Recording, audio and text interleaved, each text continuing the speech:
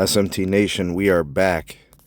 Nation, Verizon is doing something pretty nasty, but appears to be something that the company has been planning to do, and they're finally executing it. And it involves a lot of people losing their jobs and some people voluntarily leaving.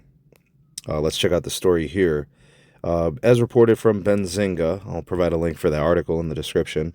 Ways to support us can be found there as well. Please do like and share this video.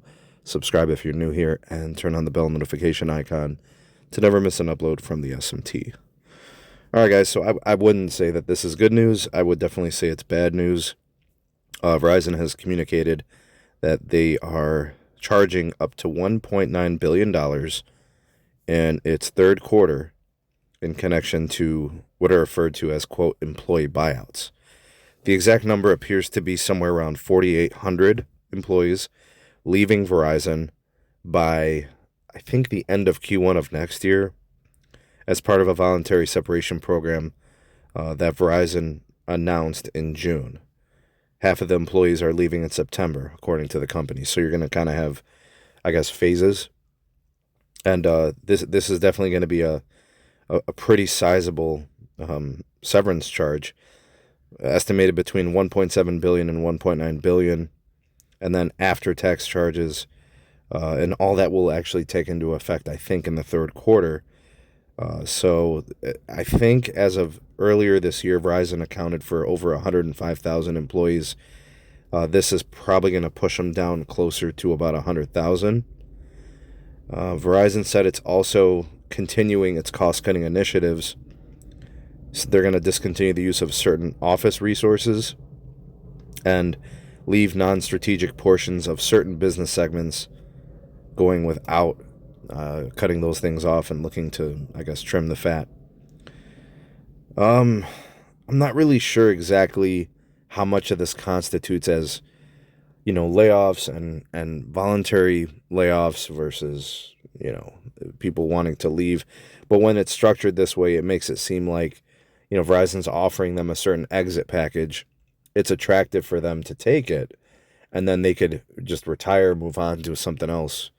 Or they could actually come back to the company possibly at a lower wage. I don't know. I'm not really sure what the whole thing is, relative to each person's situation. There probably are some folks who will come to, come back on a different capacity. But this is designed to save money for Verizon in the long term. And there is no other way to slice it. Verizon just bought Frontier, a $20 billion transaction. Verizon just raised prices. They just changed plans. Everything that they've been doing has been the attempt to cost cut. And the reason for that is, is the investor. Let's be honest. This is all about the investor, right? And this is a corporate thing. It's not unique to Verizon. AT&T, we want to talk about layoffs.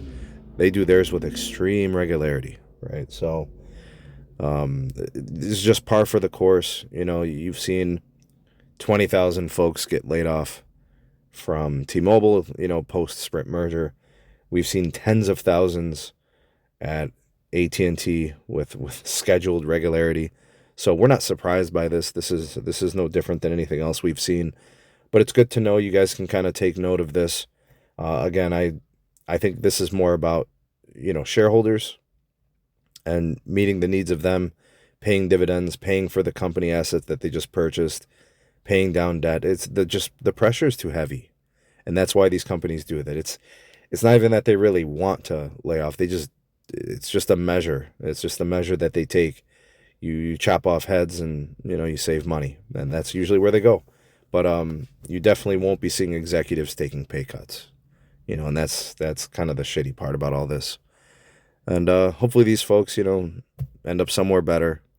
When a company doesn't want you, it doesn't really matter. It's not personal, but if they don't want you, you have no loyalty to these companies, right? So move on and find something better, which you probably can. A company that's willing to chop you up, they obviously don't think too much about you. You're just one of 5,000 or whatever that helps saves the company money. But again, executives ain't taking pay cuts, are they? Anyways, tell me what you guys think of the news and the numbers and how this all works out. Your thoughts and opinions, welcome down below. the voice of the people, the SMT Nation. Let your voice be heard. SMT Nation, it is time for me to introduce to you Aura. Give you guys an incredible suite of cybersecurity protections to keep everything that you do online safe, keeping you safe from identity theft, scams, online threats, including protections for your entire family. They offer pretty much a worry-free trial period. Obviously, the pricing is very competitive, starting at $12 per month. They've got one simple and easy app for you to use. They've got incredible features, $1 million in coverage, 24/7 expert fraud support, transparent pricing, the money-back guarantee at 60 days with a free trial, no strings attached. So with the odds of falling victim to an online crime being 1 in 4, this would change everything. Really should check them out. The financial fraud protection is worth its weight in gold. Help keep your kids protected within boundaries that you set forth for them. Proven to be the fastest, most reliable fraud alert system. And it's as simple as choosing your plan, simply setting up how you're enrolled, and then getting notified for all the things that it's monitoring. Start your free trial now. Use our link. It's down in the description, and it's also here on the screen, aura.com/Sneed. You guys can click the URL. It's hyperlinked down in the description. And again, it's up here on the screen, aura.com/Sneed. Protect yourself from all the digital threats that's out there in the world.